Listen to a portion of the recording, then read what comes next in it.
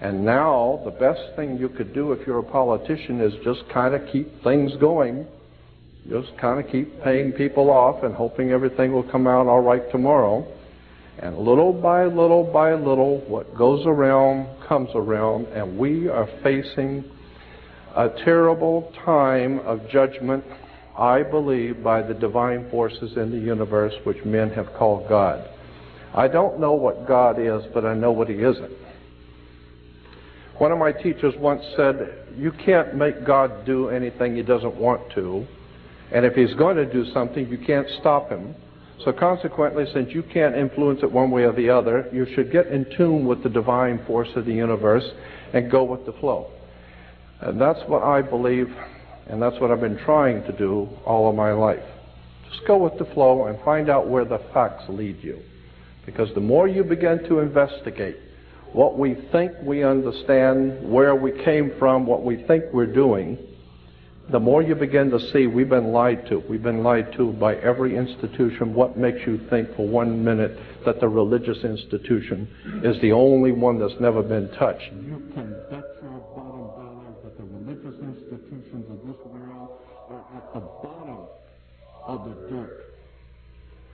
The religious institutions in this world are put there by the same people who gave you your government, your corrupt education, the Knights Templars who set up your international banking cartels in the 12th, 13th, and 14th century are the same people that gave you educational institutions, colleges. Where do we get the word college? College comes from the collegia, the Latin Roman college of cardinals. I could go on for hours just give you examples. When you graduate, you come out with a square mortarboard, a black square mortarboard. What's all that about? Black square mortarboards. It has to do with the planet Saturn. Saturn, we're told that in the Old Testament that the Hebrew people, the Jewish people, were worshipers of one God. That's never been true. Not true now, and never will be true. That's just one more story that's been given to us. It's never been true. The Hebrew people were worshipers of many gods, many different divine beings. They were the most eclectic theology on the face of the earth. Next to modern day Christianity is Judaism. Eclectic meaning it has collected from all over the world concepts and ideas and put it together and called it today Judaism. Judaism today is the most eclectic religion on the face of the earth.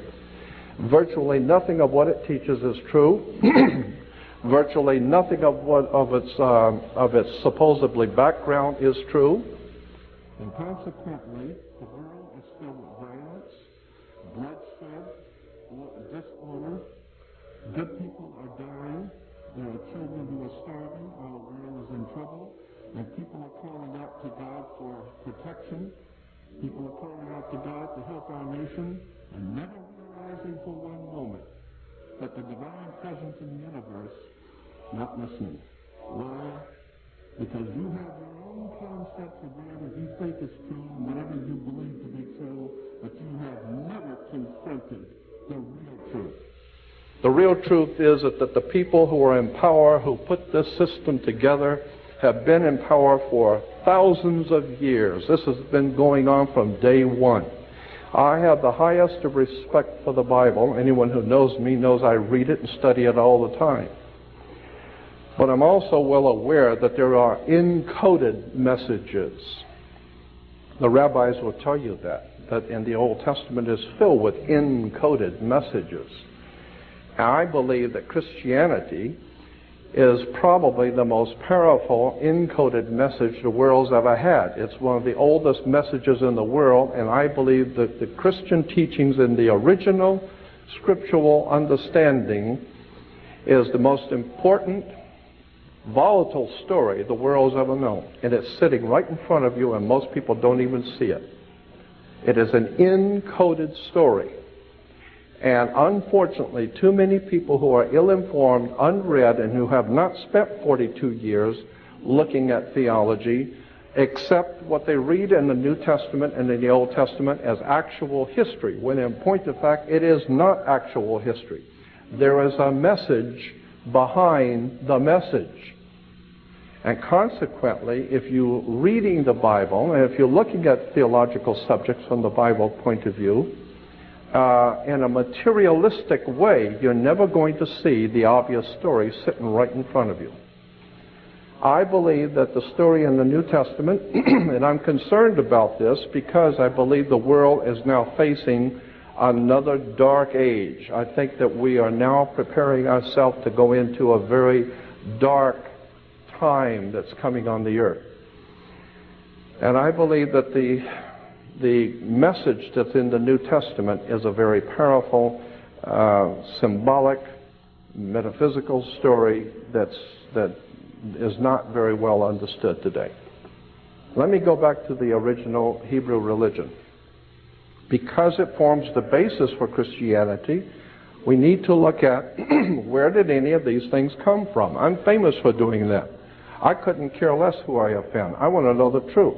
And all you got to do is go to any good library and just start reading. There are hundreds of great reference books out there that tell you where things have come from.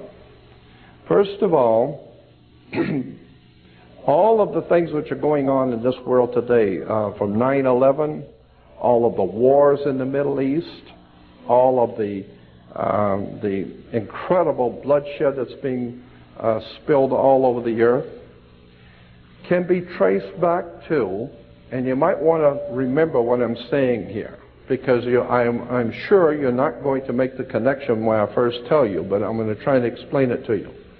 The things which are happening today, the people who are in power in this country, the great generals from around the world who are planning wars and violence and bloodshed, all of this stuff can be traced back to the planet Saturn.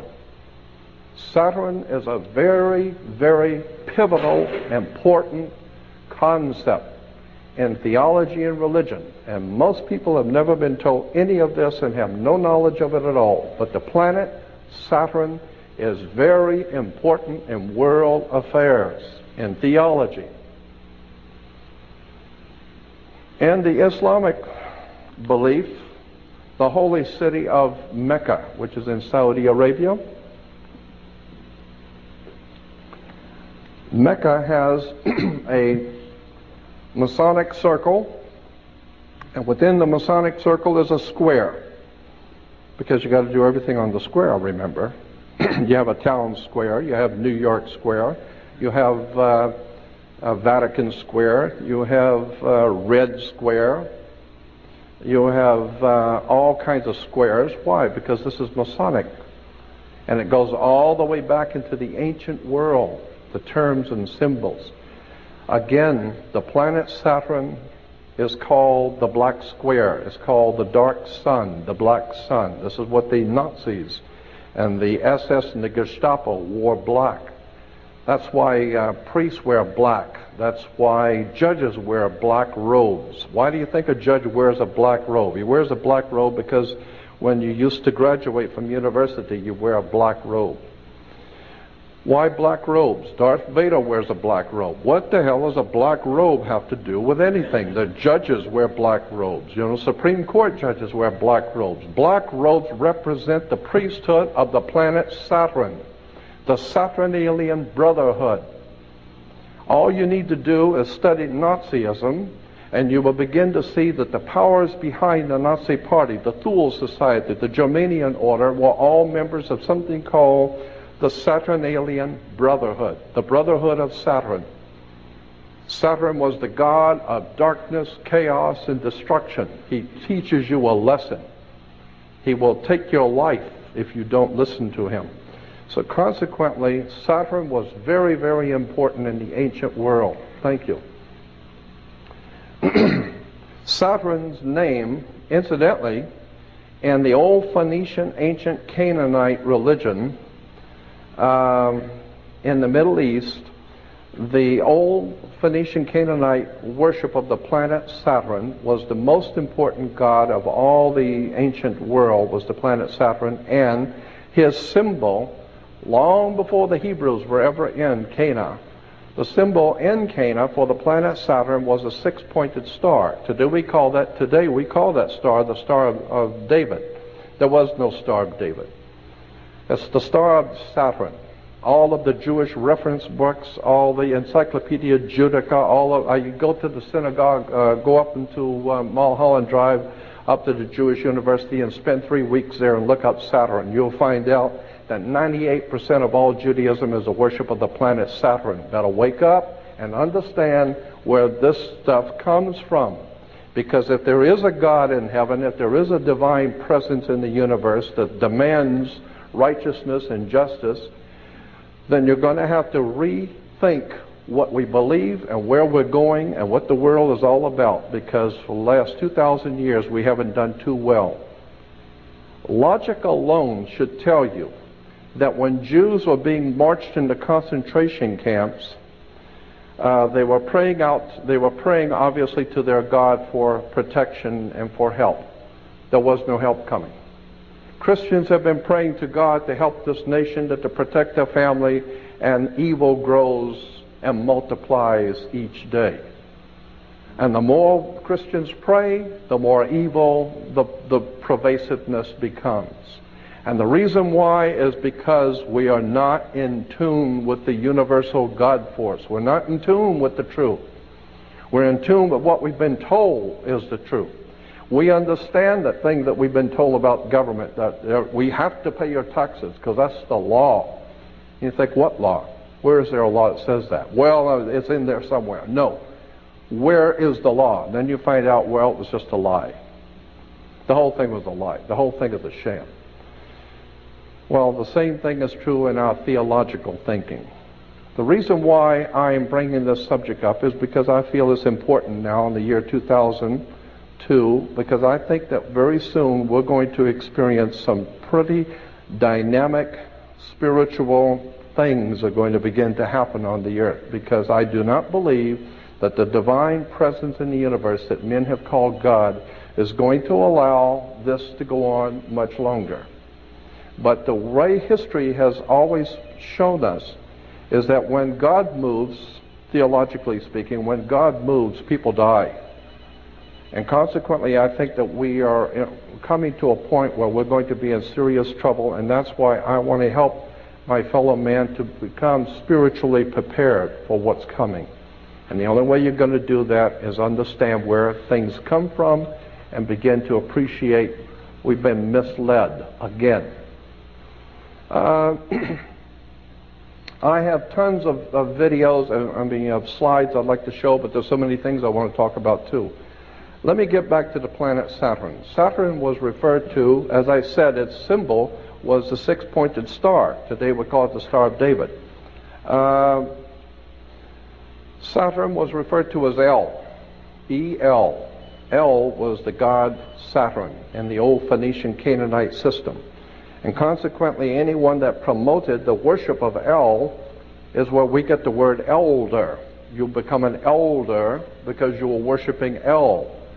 And when you worship El and become an elder, then how did you get to be an elder? You got elected.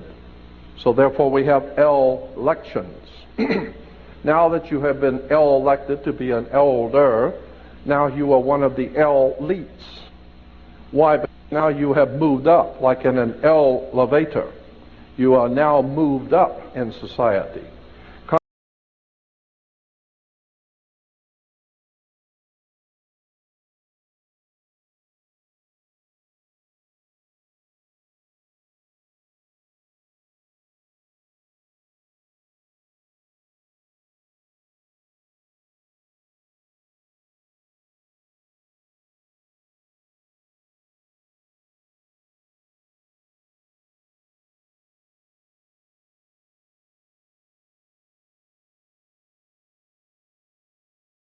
World. Consequently, if anything's going to happen in this country to turn it around, we're going to need a renaissance, an intellectual, spiritual renaissance, because you can't do it with arms. Adolf Hitler rose to power the same way George Bush did. It's the simple Mickey Mouse routine that it works every time. I'm ashamed of this country, and I'm ashamed of the people who call themselves Americans who drive around with a damn silly-ass flag on their car and not even realize that's not an American flag. All you got to do is do your homework. You find out that is a United States flag. And it's not even an original United States flag, because an original United States flag has these stripes going vertical, not horizontal. But who the hell knows that? Who cares? I mean, we just put a flag on your car and drive around like a fool. It is a disgrace. Somewhere along the line, we're going to discover we've been had, if we haven't already figured it out. I want to show you how the planet Saturn, the Saturnalian Brotherhood, the worship of the planet Saturn. Saturn's color was black. The black, each one of the gods and each one of the planets were associated with a different color. Green was associated with Venus, and that's why today in Islamic countries today you will see all of their flags and harlotry in Islamic world are in green. And you'll see the crescent with the star. Many people think the crescent is the crescent of the moon, but it is not. According to the actual research documents, the crescent on the Islamic flags is the crescent of the planet Venus. And the star represents Venus. It is a religion that is based on the worship of Venus, but which has incorporated the Saturnalian philosophy in it. So, like all the other religions, it is also a very eclectic religion. We hear that God's name is Yahweh. Let me tell you something about Yahweh. I mean, I've spent 42 years looking at this stuff, and as far as I'm concerned, I'm amazed at how many people don't even begin to know what these words mean. Yahweh is not the name of God. Yahweh in Hebrew is an expressive term. It's expressing something. It's describing something. It's not a formal name of God. Yahweh in Hebrew simply means, and the best way to explain what the word means is to take a garden hose and hold the end of it, turn on the water, and you feel the pressure building up. When you release the hose, it's a release of pressure. It's a release of energy. In the Hebrew, in the ancient Hebrew, the release of dynamic energy was called Yahweh. And it was always associated with sex. It's the building up of the sexual urge, and the releasing of sex in the sex act was referred to in the ancient Phoenician Canaanite system as being one with Yahweh, the explosion of divine creativity. That's why our Jewish physicists have told us the universe came into existence by a big bang.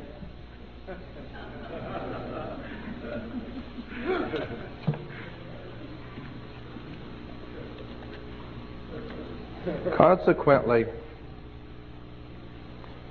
I become very disorganized in my thinking, because there's so many things I want to show you. So many things I've been wanting to tell people for years. I got to boil down 42 years into an hour or so. But suffice it to say that the planet Saturn is very important, and you need to remember that and do some research on it, and you will find that the Nazi Party was probably the most glorious Saturnalian brotherhood we've ever seen. Nazis were heavy into the Saturnalian system of philosophy, war, destruction. The ancient Phoenician Canaanites said that the women should listen to their god Saturn. They always knew Saturn had rings. So they said the women should listen to their gods, so women were to wear earrings. Men were to get married before their god, so they were to wear a wedding ring. Kings were to get crowned before their god, so consequently they would have a round crown, the corona. The ring. Saturn is the god of this world. From that we get the dark side of the Force, Darth Vader, Remember Darth Vader with his Nazi helmet speaking through the Masonic triangle? Somebody better do their homework. This stuff is fascinating when you get into it. In the ancient Phoenician Canaanite system, when it finally bled into Europe thousands of years ago, it formed what we call the Celtic Druidic system. The Celtic Druidic system had its origins in the old Phoenician Canaanite system. That whole area we call today Israel and Lebanon, that was called Phoenicia Cana. And consequently, that whole system of the Canaanite religion found its way into Eastern Europe and then into Northern Europe and formed the basis theologically for what came to be known as the Celtic Druidic system. The Celtic Druidic system, one of the most important symbols, and some of you have heard me say this before, one of the most important symbols in the old Celtic Druidic system was a magic wand, like Merlin the magician with his magic wand. That's Celtic Druidic. Magic wands were always made out of holly wood. Okay? And they're still working their magic on us in Hollywood.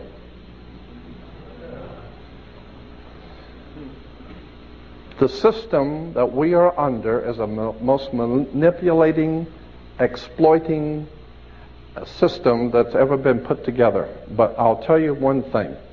The Steven Spielbergs and the George Lucases and the Michael Eisners and all the guys that run the entertainment world, all of them, are many things, but stupid is not one of them. These guys are Class A, top of the line intellectuals. They know the name of the tune. They know exactly how to manipulate your thinking. They have something called program music. And you go in and most people never think when they go to a movie or watch a television show. They never think about it.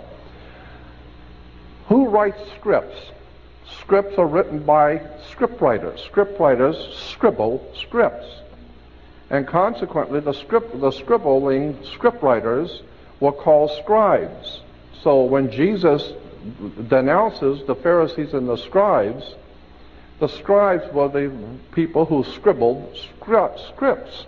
And consequently, the religious writers of the day, those who wrote all of those glorious religious writings, were all the scribes. They're being paid money by the system to write all of their silly little scribes, all of their silly little stuff that the masters wanted. Why do you think the King James Version is called the authorized version of the Bible?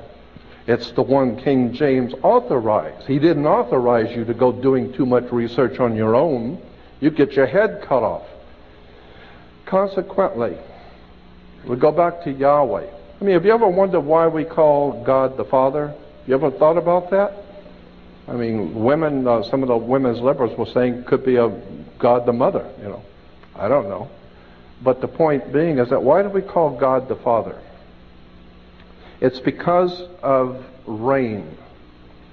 Rain is why we call God the Father. Because in the old ancient Hindu, if you go back into the old Sanskrit writings of the ancient Hindu religion, you will find that the divine presence of God, the Most High, was referred to in their language, in the old Sanskrit language of India. God was referred to as rain, R-A-I-N, rain. And consequently, the idea was that the earth was our mother, Mother Nature, Mother Earth. And Mother Nature gets impregnated with God's, the Father's sacred fluid that comes and falls on the earth and impregnates Mother Nature because everything grows. And so once a year, there was a celebration of Phoenicia Cana when the spring rains would come. And consequently, the Phoenician Canaanites knew that the rains were coming and it was going to bring a whole new life to the earth. So consequently, they had a celebration of spring, and it was called the marriage feast of Cana. The marriage feast of Cana. And this is in the Bible. As I said, that there are many things in the scriptures that are hidden right in front of you. And if you don't know what they mean, you don't know where they came from, you'd be surprised when you begin to look at where these stories come from. The whole idea of the marriage feast of Cana was Mother Earth, Mother Nature asked God's Son, our risen Savior, and of course the Son is your risen Savior. As a matter of fact, if it don't come up, we're dead. So consequently, the Son was our risen Savior, and so Mother Earth asked God's Son to draw water. The water is drawn by the Son, so it can grow, it can fall on the grapes, and the grapes can be made into wine, so it changes water into wine. And this goes back to the old ancient Phoenician Canaanite, and even the Jewish rabbis will tell you that. Consequently, there are symbols and ideas and concepts in government which are put there purposely to mislead you. There are symbols and ideas in all of our systems purposely to mislead you. And I'm saying that even the theological basis for what we think we're doing has also been misled. And until such time as we get it right, we're never going to have that divine protection that the universe offers you when you're doing it right. And again, what I do is not to offend anyone, but I want to show you how these things have crept into our modern day society. Our international banking cartels, which control, finance, and organize and direct all of this corruption, wars, and bloodshed, and we're all well aware of that, but most people don't know that international banking cartels go back to the Vatican.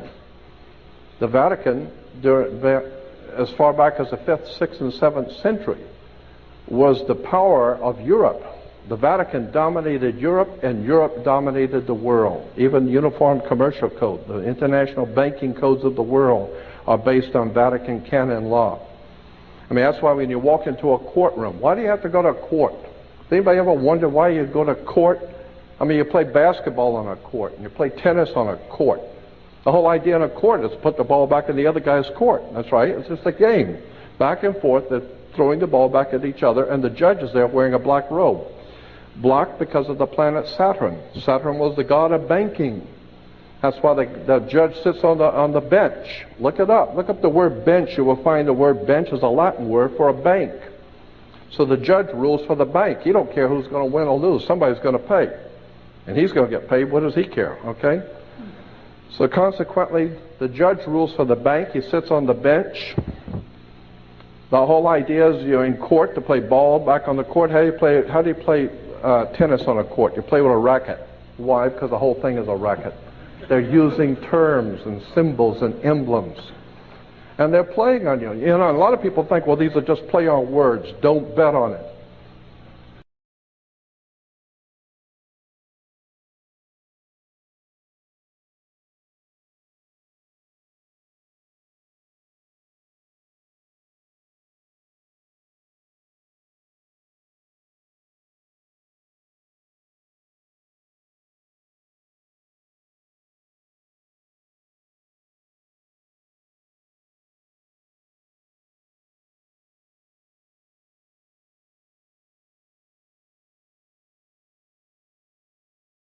The justice. That's why it's a criminal justice system. Okay? The mafia runs this town. I personally know that. Los Angeles is run by the mob.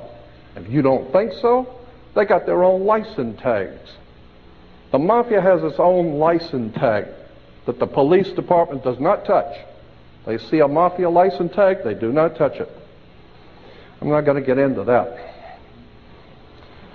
But I can tell you that the mafia and the mob runs this country. And the Catholic Church is behind the mob. Period. My mother had an uncle when I was growing up as a child. I only remember him faintly because I was very little, who worked in the Vatican, Secretary of State's office. He was not clergy, he was civilian. And I grew up in my hometown having two uncles who were federal judges. My great-grandfather was a senator from the state of Florida, a very powerful man, and he died in office because they couldn't get rid of him. Why? Because he was mobbed, and everybody knew it. My Uncle Joe Valenzino used to come over every now and then with his big cigar and sit, and my father used to tell me, don't you ever, ever ask Uncle Joe what he does for a living. ever. You just take whatever little presents and be cool and sit down, and if you open your mouth, I'll knock your teeth out. Okay? So I understood. There was a system in operation. My mother, my beloved mother, my father, my family, all of my family, including myself, were born and raised Catholic. So I'm not talking about the Catholic people. I'm not talking about the black people. I'm not talking about the Jewish people. I'm not talking about people. I'm talking about political organizations. We're talking about institutions that are financed all over the world.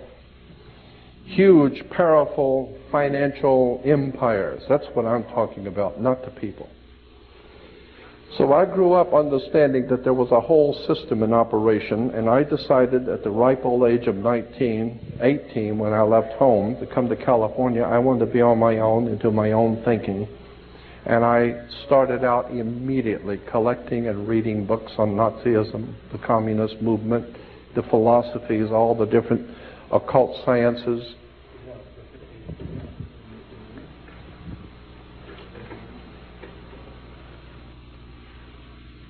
And it became apparent to me that the entire world system is corrupt. So what we have today on the world scene, we call them world governments and United Nations with all the different governments represented. In point of fact, what we're seeing is gang wars. We got the Crips and the Bloods and the East Side Gang and the West Side and this group and that group.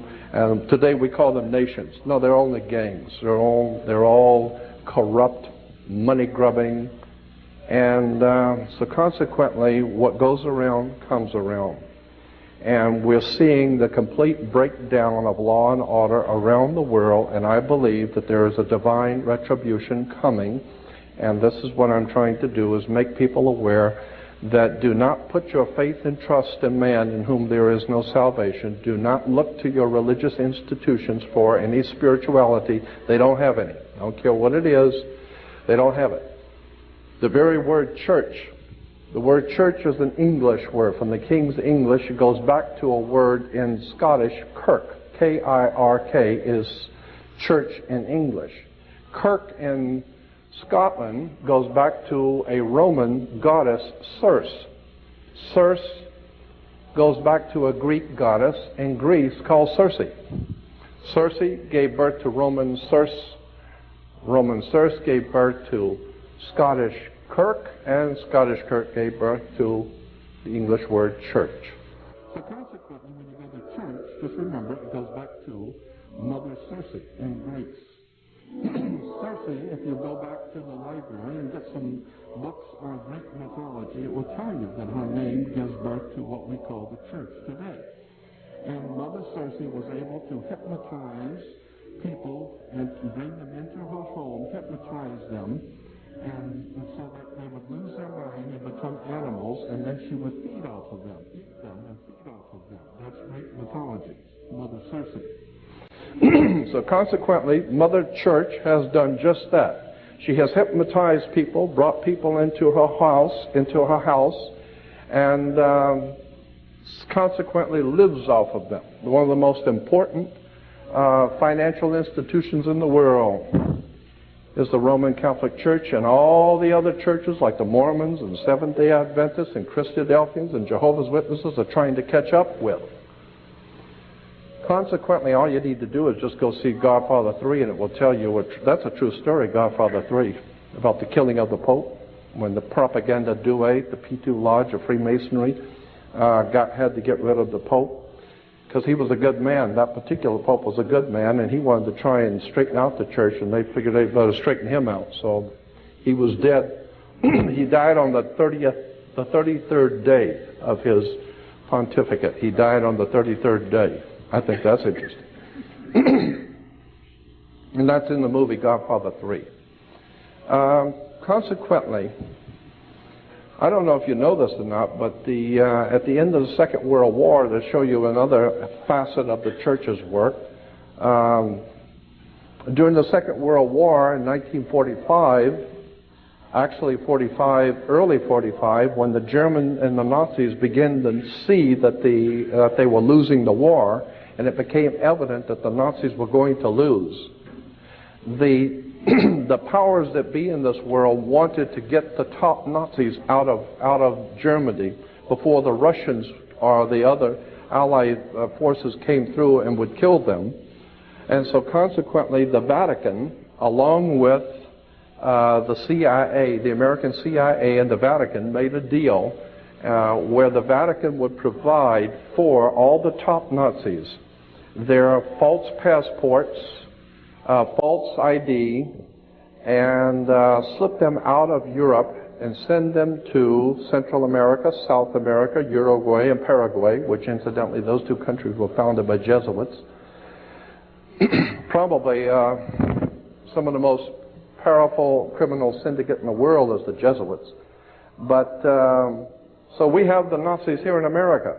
You know, we went to the moon supposedly with good old American ingenuity, like Dr. Werner von Braun and all those other Nazi fascist murderers that came here who are making money off of this people. And I just amazed when I watch the space shuttle taking off and you see all the Americans standing out there in Florida watching the space shuttle take off and everyone's applauding. I think, what are you applauding for? You ain't going anywhere. The hell you applauding for? If they're going somewhere, you're not going, that's for sure. You can pay for it, but you ain't going. You ever thought about how much pollution, I mean poisonous, toxic pollution that pours out of the back end of a Saturn booster, how much poison is poured out of that into our atmosphere every time they shoot one of those things? Most people don't think about that. Consequently, I believe that it's a time that the idea, this time has come to look at the real foundations of our system of thinking in this world, because if you're going to call out to God, you better get it straight. Because there are too many times in the Scriptures, and I again have to re-emphasize my appreciation for the divine principles in the Scriptures. I believe that there is a profound story, especially in the New Testament. I think that the New Testament is a redemption story. But most people have no idea in the world what redemption means. Well, as a classic example, how many Christians understand what Christ means? I mean, you can't talk, you know, I hear Christians talking all the time about Antichrist, and they haven't got the faintest idea what Christ means. How many people know what the word Christ means and where it comes from? I mean, how many Jews talk about the Holocaust and haven't got the faintest idea in the world what a Holocaust is? Oh, a Holocaust is a terrible tragedy. Oh, it's a big fire or something like that. It's terrible something. No. That's not what a Holocaust is. A Holocaust, according to the actual research documents, means a sacrificial, ritualistic burnt offering. When Cain and Abel in the Bible offered up a sacrifice to God, the word in the Hebrew Bible is they offered up their Holocaust to God. So a Holocaust is a ritualistic, sacrificial, burnt offering. Get it right. Why did the Jewish leaders in this country and around the world use the term Holocaust? Very interesting. I think that they are not telling us the whole story. Consequently, as I said, how many Christians use the word Antichrist and don't even know what the word Christ means? Christ comes from Christos. Christos in Greek means oil. That's why you have Pillsbury cooking oil called Crisco. Crisco is Christo. Christo is Christ. So Jesus Christ is Jesus the oil. I mean, that's what it means. Jesus oil. Okay?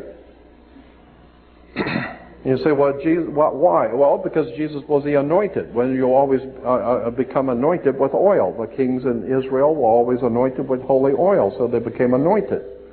You know what the word anointed means in Hebrew? I don't want to get into that right now. Basically, anointing comes from the word sex.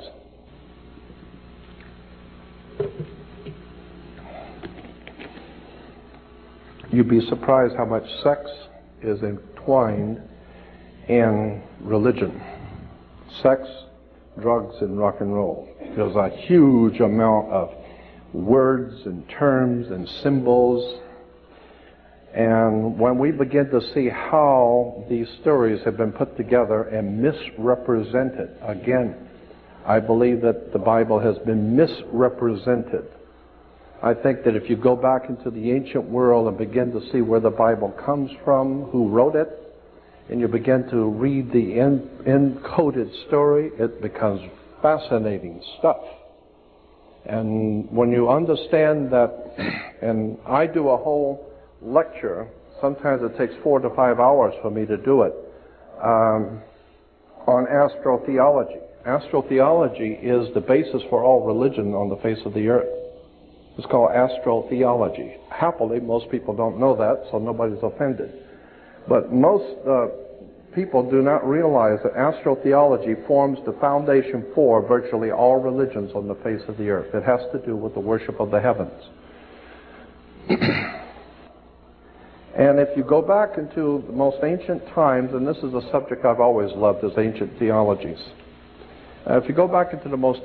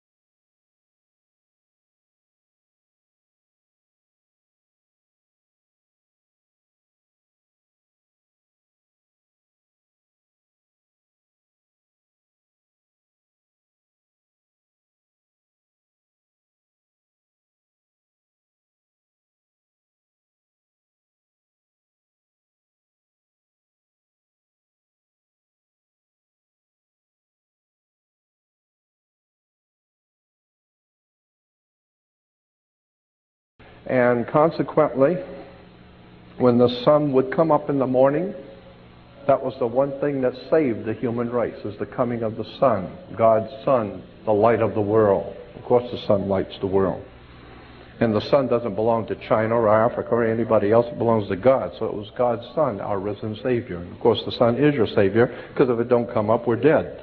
But once you understand the concepts and ideas, then you begin to question, why did Judas go out and kiss Jesus? The scripture, you know how in the scripture it talks about Judas went out and kissed Jesus? First of all, many Christians think Judas went out and kissed Jesus to identify him. Logic alone would tell you that's not true. If you just think about it. I mean, in a little Mickey Mouse town, and where Jesus would have been living, in a little small, it's not Chicago, it's a little small town, and even the Romans back in Rome knew who Jesus was, so everybody knows who he is, everybody knows what he's doing. And consequently, when the scribes and Pharisees, the religious leaders, decided they'd had enough of him and wanted to arrest him, you think they're going to have to send out somebody to find him and point him out? No, everybody in town knows who he is. Well, then why did Judas go out and kiss him? And most people think Judas went out and kissed Jesus to identify. It doesn't say that. It says he went out to kiss Jesus to betray him, not identify. What do you mean, betray? That's interesting. Because even the mafia today, when they're going to kill you, they give you the kiss of death. They've kissed you off. Why? Because in the old ancient world, when a scorpion bites you, the scorpions in the Middle East have 2 stingers, one on top of the other. And when they bite you, they leave a cut in your skin that looks just like a human lips, looks just like lips. And consequently, the ancient people said that you just got the kiss of death. He just kissed you off, okay? And consequently, that's what Judas was doing, giving him the kiss of death. Why? It has to do with astrotheology. Very interesting stuff. Now, I could talk all night on this stuff because I love it, but I wanted to show you a few because I believe that seeing things are a lot more impressive than just hearing me talk. If you remember Indiana Jones and the Last Crusade, Indiana Jones and the Raiders of the Lost Ark, first of all, when Indiana Jones is going out to look for the Lost Ark, we're talking about the Ark of the Covenant. Where's the first place he goes to? He goes to Tibet. Now, why would you go to Tibet if you're looking for the Hebrew Lost Ark of the Covenant? Well, it's because Tibet has something very, very important connected to that symbol of the Ark of the Covenant. You better go back and look at the Buddhists and the Tibetans to understand the Ark of the Covenant, period. Second, where does he go? Once he goes to Tibet, who does he find up in Tibet looking for the Lost Ark if it isn't a Nazi? And consequently, where did they go from there? He goes directly to the Holy Land to look for the Lost Ark of the Covenant. No, he goes to Egypt. Why Egypt? It's because Steven Spielberg has many things, but stupid ain't one of them. He goes to Egypt because the whole idea of the Lost Ark is Egyptian, not Hebrew. 1,000 years before Hebrews were ever in the area called Egypt, the Egyptians had something called the Ark of the Contract. The Ark of the Contract, which I will show you, the Ark of the Contract was a box with two angels' wings, with wings over it, and it was an Egyptian symbol, and it symbolized a contract that the pharaohs had made with the gods who came down here from Sirius, from the ancient star system of Sirius. They were called, Sirius is called the dog star. And consequently, you take dog, D-O-G, and turn it around for us, it becomes God. G-O-D is dog spelled backwards. It goes back to Sirius, the dog star. It goes back to Anubis in the Egyptian. So that the Ark of the Contract became known as the Ark of the Covenant. No, it's the Ark of the Contract, and it was 1,000 years before Hebrews ever had it. Consequently, when you understand our symbolism in theology and religion, you come to find out that we have been sold a bill of goods on so much. And why do you have these institutions that the religion, philosophy, politics, all of these systems are institutions which are being financed, organized, and directed by the people who mean to put you into bonds and chains. God has created all of the animals to be free. He created everything. God who has created all things. Freedom is the one thing that you see everywhere, except for man. And consequently, the real freedom in man is up here. Consequently, the old Hiram Mann, one of the first governors of the state of California, Hiram Mann said, I think it was Hiram Mann that said, when nobody is safe, when freedom fails, the best men rot in filthy jails, while those who try to appease are hungry, those that try to please. Meaning that there can never be a common cause with darkness. There's no place for light dealing with darkness. You have to know the truth and seek the truth, and the truth will set you free. That's an old adage, but it's true. The more you educate yourself, the more you understand where things come from, the more obvious things become, and you begin to see lies everywhere. And now you're in tune with God, and now you can begin to see where things have come from and where they're going. Let me show you a few slides, because I got tons of them, and you don't have to put that in right now. No, I just